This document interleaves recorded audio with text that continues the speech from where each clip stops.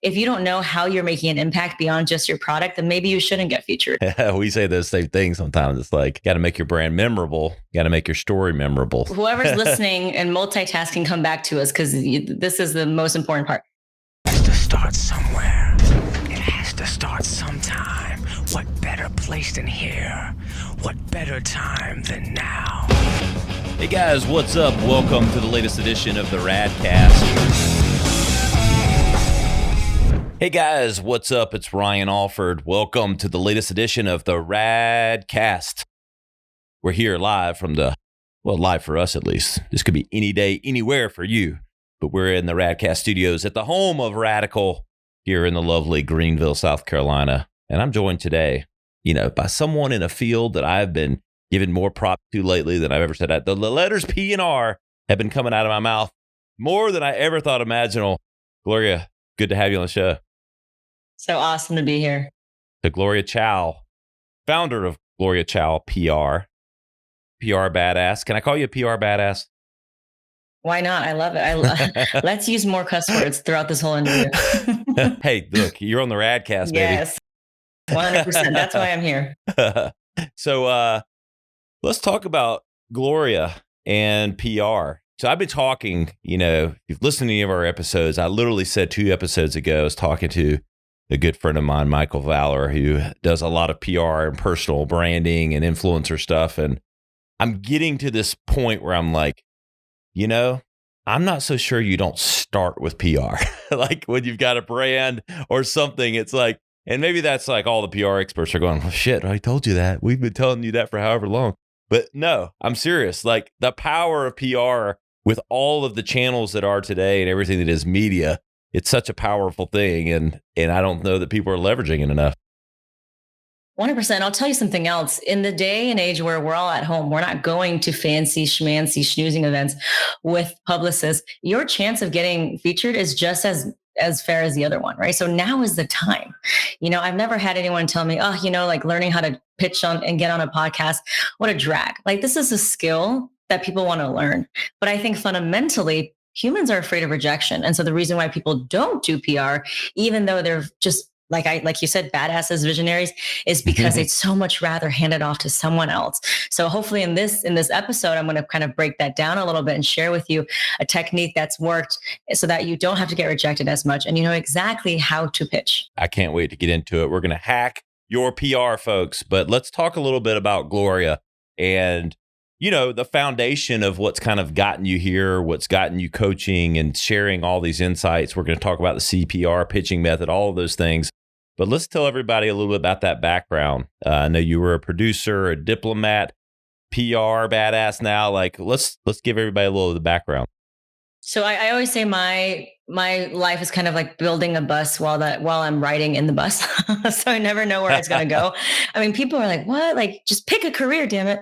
But luckily we're in an age now where it's a little bit more acceptable. But I'll break it down to this is I just love to see people win. And like nothing makes me happier than helping people be more seen, more heard and valued. Right. So obviously, I started off as a TV producer where I was literally Googling to try to get interviews with A-list stars. So Oliver Stone, like Nobel Prize winners. This is for a Chinese TV documentary. So we were staying in motels. We had no money.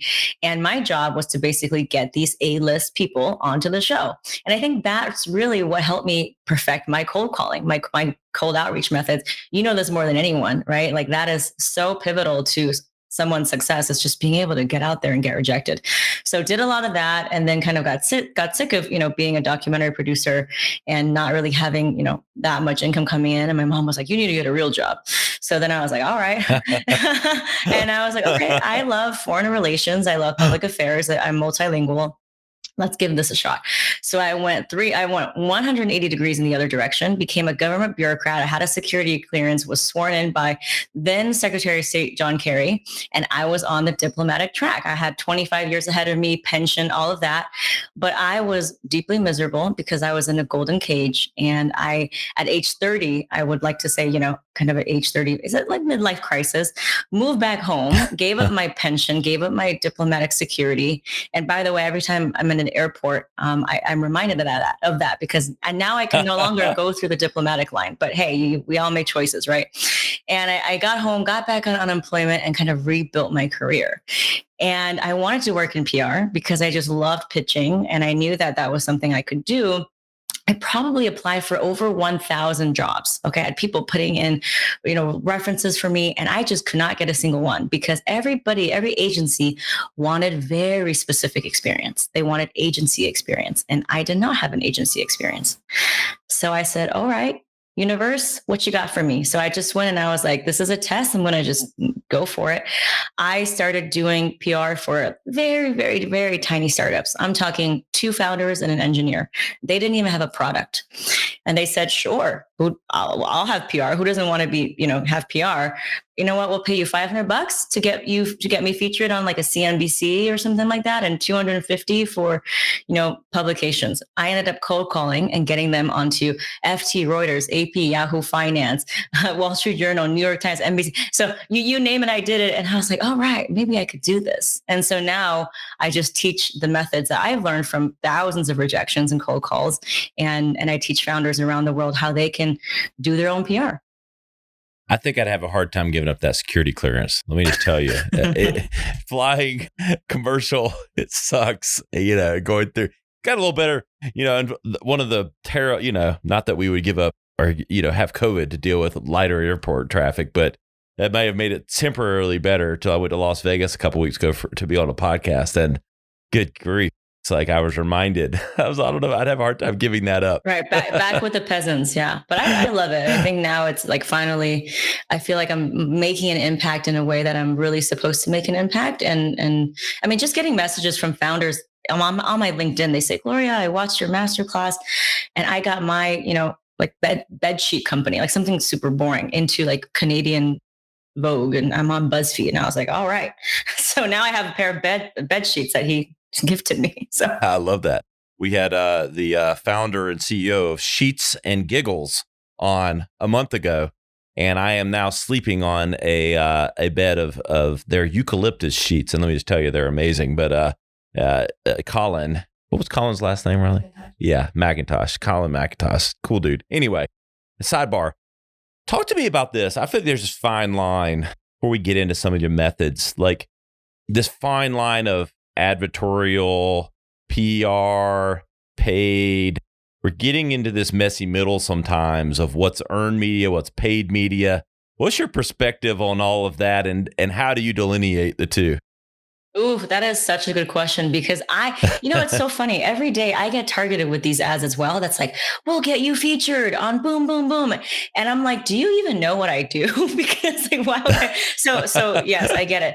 But their targeting wasn't very good. Yeah, exactly. 100%. I'm like, Yeah. So it is such a complex and nuanced landscape, right? Because what you have now is a lot of people and a lot of these channels who will accept advertising money, and they will be able to give you in return like a placement, but it's going to say on their advertising content. And this is 2021. Yeah. We have a smart generation of consumers. So once you read that, you're not even going to continue to read the rest of the story. So, consumers are smart, and they understand the difference between something that's paid and something that's truly earned. And that's why PR agencies are getting away with charging 10, 20, 30, 40 grand. Right. And so my whole mission is to make it accessible and pull back the curtain and say, you know what, it is daunting to go and pitch to a journalist, but it doesn't have to be that hard. You need to have a pitch that's not super marketing speak, because they don't want to be your free advertising vehicles. And as long as you can transform your product or your service into a relevant, newsworthy story, then there's no limit to the amount of articles, right? I always say there is no such thing as a newsworthy company, because I've written pitches for candles, for bath salts, but there is such a thing as a newsworthy angle. Love it. Love it. Love it. No different than branding on some levels. Like we say those same things sometimes. It's like, got to make your brand memorable, got to make your story memorable. So all of that relates. So talk to me about like in developing your system for coaching and, methods and things like that. I imagine it's from the trial and error for how many ever years and learning, and experiencing doing this for others, right? 100%. So I never had any didn't study journalism. I don't have a single journalist friend. I studied politics and I never worked at an agency. So I came into it cold calling, Google, right? And I didn't have anybody, relying on their relationships. So that's how I started. And I took all the different commonalities from the times that I pitched, whether it's email or cold call. And at this point, it's thousands of them. And I started to notice patterns of when an editor would actually respond and when it kind of just went into the trash. And so after years of doing this, now I've gained over 1 billion organic views for like all of my clients, most of them whom are super early stage. Some of them don't even have a website. I noticed that there were some key elements to a pitch that usually gets noticed. And so that is how I came up with my CPR method. That is kind of the tangible part of it. But I think a bigger part of it is the mindset part. And I think, in a saturated market, we know that traffic alone is not enough, right? So if I see an ad, like whatever. But if I'm debating between, let's say, two companies, and I see that you've lent your expertise to a podcast or to an entrepreneur, I'm probably going to go with you, even if it's more expensive. And marketing just doesn't get you there, right? You know that because you're in branding. Yep. So PR is the only way to both get authority and traffic. So that's kind of what I'm talking about here, is that earned media. And so how do you have a conversation with a journalist who you've never met, and you probably never will, and get them to feel like your pitch is value driven enough that they want to share it with their audience? Huge. I'm going to circle one word there that is kind of the crux of it, especially whether it's a brand, a business, or the founders or people, personal brand, authority. That is the key with PR that people don't understand, that you can't build authority with advertising alone. It's not that it has zero impact on authority, because you could buy your way to some of it, but 80-90% of it has to be built through more authentic, more earned, more other people building you up and talking about you or writing about you or whatever that medium is, having that influence that elevates you. I say to people all the time, sometimes you can't always lift yourself up. Sometimes others have to do it, and that's authority is such a crucial ingredient these days, with having that authenticity and having leverage. 100%. And I read somewhere that it takes 25 touch points or more for when someone encounters your brand to when they buy, right? So think of PR and that authority reducing 25 touch points to 2 touch points, because especially if you're in B2B, you really need that authority, right? And in terms of marketing and PR, the analogy I always love to give is, imagine a man and a woman are on a date.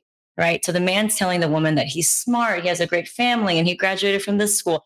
That's marketing, right? He's saying the right things to the right people. Now, imagine the woman's going home and her most trusted friend from childhood calls her up and says, that guy you were on a date with, he has such a good reputation. I see him volunteering at the cancer hospital every Saturday. He is such a gem. You really have to play your cards right.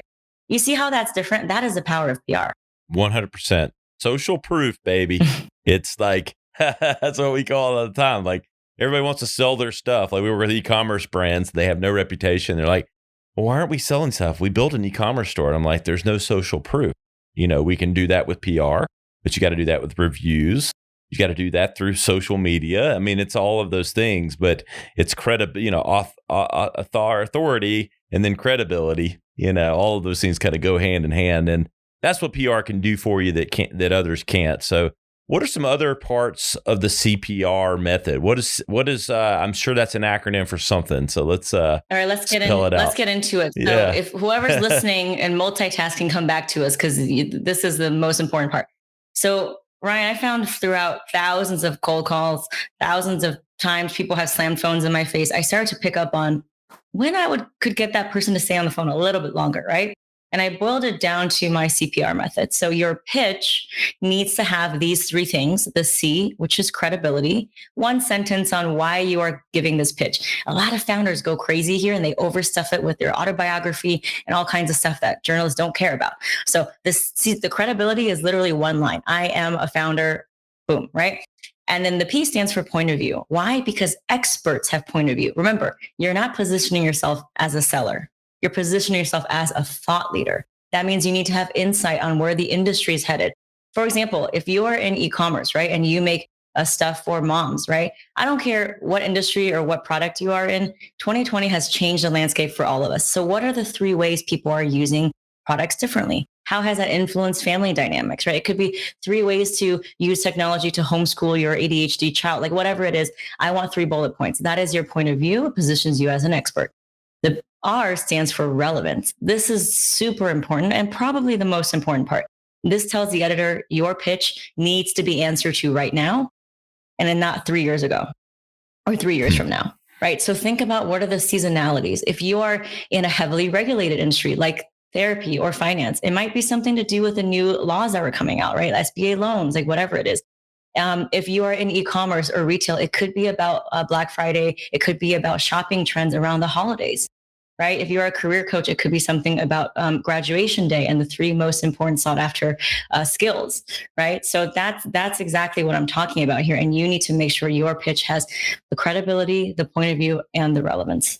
I love it. Credibility, point of view, relevance. And you can see where all 3 of those are so key, because I think you nailed it on the credibility part. I think founders, and I've been guilty of this, not intentionally. I know what you just said, and it's like I've got to I got to tell they're not going to write a 2-page story on your your background. You got to condense it down Exactly. to what are those salient points that truly build you as that authority for why they want your point of view, and then of course making it relevant. But that's the biggest thing I see is and it's no different than like a brand and we're building a website or doing something else. Less is more, baby. Yeah, because it's not about you, right? It's about what's the value for the audience. And look, your story is important. Every single person that's founded a company has a story. But the point of the pitch is just to get the journalist on the phone. It's not a whole life autobiography, Ken Burns style, right? It's just, what is the shortest way for me to convey 3 value points that they can turn to a headline? And here's 2 things I think anyone listening you should do right now to start to train your mind to think like that is, I want you to install a Google News Alert. So if you type in Google News Alert, Google will ping you with all the different publications, anything that's written online about your industry. So if you're in AI, if you're in fitness, whatever, you're going to start to understand what are the actual subject lines that people are talking about. Another thing you can do is if you've ever heard of HARO, which stands for Help a Reporter Out, right? It's kind of like a journalist inquiry. It can get really crazy because there's hundreds of them, journalists asking to be, interviewed for whatever. They're like, oh, I'm looking for the person who has expertise on this. So those are 2 very grassroots ways you can start to figure out how to connect with journalists and what they're looking for. I love the Google alerts. I think I've got to trim mine back because I'm starting to get too many, but I load them up. I don't know if you have that problem. I load them up. I'm I'm not even following that topic anymore or whatever, but it is super powerful because it will give you, I've got my own name in there and there's several Ryan Alfords and it'll show up. And I was I did a joke on Instagram story, some guy won a golf tournament with my exact name. And I was I did this whole spoof. It was right around April Fool's Day. And I was I won this tournament. I had 3 people DM me. Man, I didn't even know you played golf. That is amazing. That's hilarious. That is a great story. But I do love Google Alerts. Huge. So those are 2 things. Tip. And then if you go on my website, gloriachoupr.com, I have a template, which is a podcast template. You can fill in the blanks and you can start to see how I write the C and the P and the R in my CPR method. And so that's kind of your way. If you've ever wanted to get on a podcast, you can start there. And obviously I have my masterclass where I actually reveal the pitch that I wrote for a founder who was not funded. And I show you the email pitch that I wrote and how it got onto Fast Company with a link to the eventual article.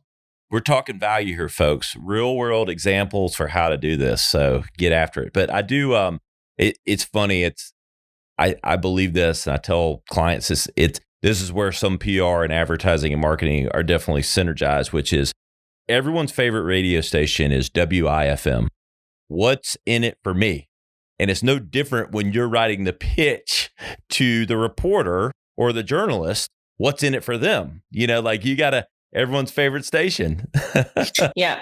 And one thing is, as you get past okay, I'm not going to put 3-4 lines about my credibility, and they're actually writing the pitch using my method. Another stumbling block is that they want to appeal to everyone. And you know this more than anyone. When you speak to everyone, you speak to no one. So if your pitch is super fluffy and it's like, how we are living in 2021, like that doesn't give me a lot, right? So I want you to be specific. Does your product or service target a certain demographic, right? If you can cross compare 2 different sectors, that's even better. Like, for example, I worked with a career coach. So talk about market saturation, right? And what I came up with him was, you know what? You should run a survey. So he literally did a survey. I'm talking like free 99 Google Forms, okay? Not a data scientist.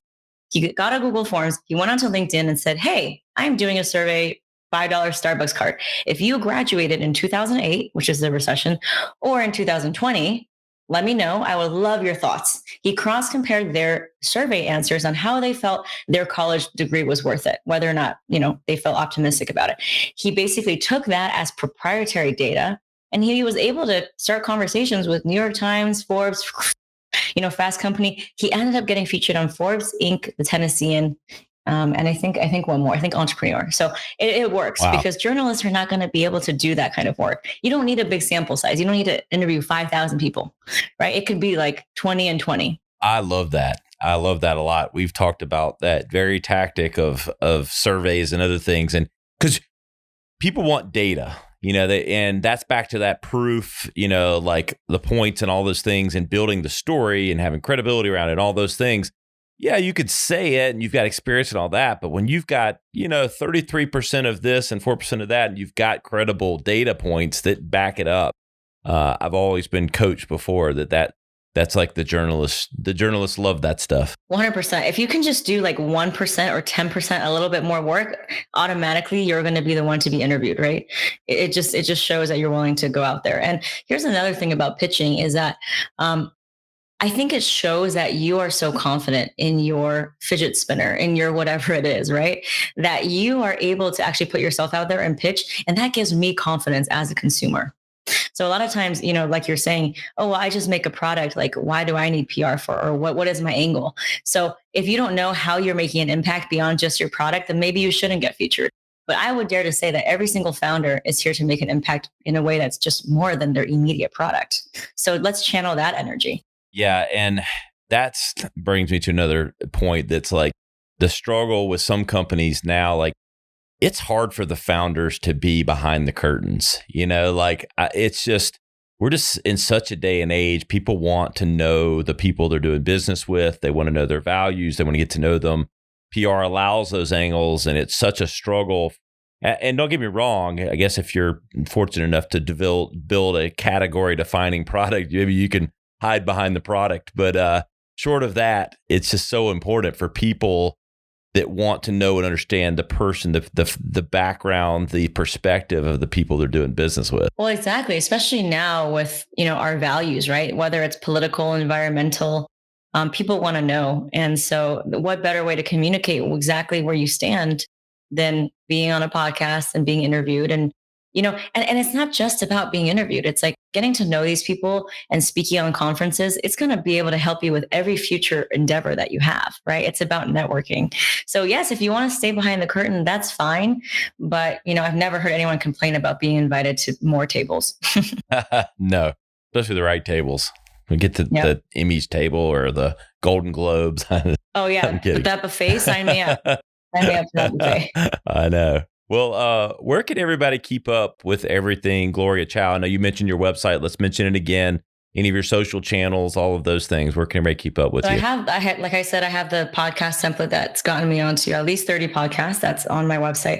And I have a thriving Facebook community now of small business owners who are probably on the same journey as your listeners, maybe feeling a little overwhelmed, feeling like PR is an expensive luxury item. And I actually made that community full of founders who are supportive, and I go live in it every Friday with how I got featured. So every Friday I interview a small business owner who got featured.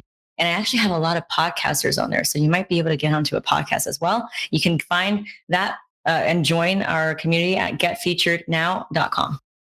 I love it. I love it. And I want to stay in touch because I want to leverage some of these secrets and maybe, any of the other things you got up your sleeve that you keep for special people that have you on their podcast. 100%. 100%. And one more thing is on my masterclass that I do every 3 months, I'm doing one coming up. I actually reveal the exact pitch that I talked to you about, the one that she got onto Fast Company. So I do a screen share of exactly how I wrote it.